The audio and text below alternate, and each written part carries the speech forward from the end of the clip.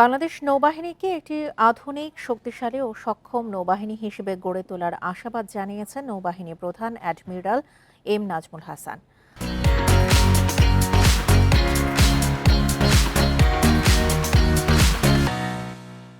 সকাল 10টায় খুলনা নেভাল বার্থে যুদ্ধজাহাজ বানৌজা 20 এর কমিশনিং অনুষ্ঠানে প্রধান অতিথির বক্তৃতায় এসব কথা বলেন তিনি।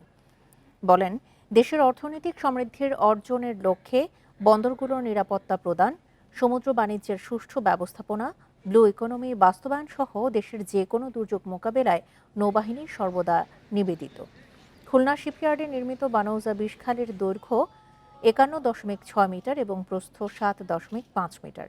জাহাজটি ঘণ্টায় সর্বোচ্চ 21 নটিক্যাল মাইল বেগে চলতে সক্ষম।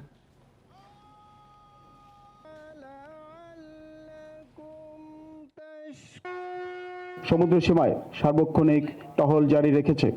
এছাড়াও বাংলাদেশের অর্থনীতির মূল প্রাণকেন্দ্র চট্টগ্রাম, মংলা ও পায়রা বন্দর এবং নবনির্মিত মাতারবাড়ি গভীর সমুদ্র বন্দরের নিরাপত্তা নিশ্চিতকরণ নৌবাহিনীর একটি গুরুদায়িত্ব।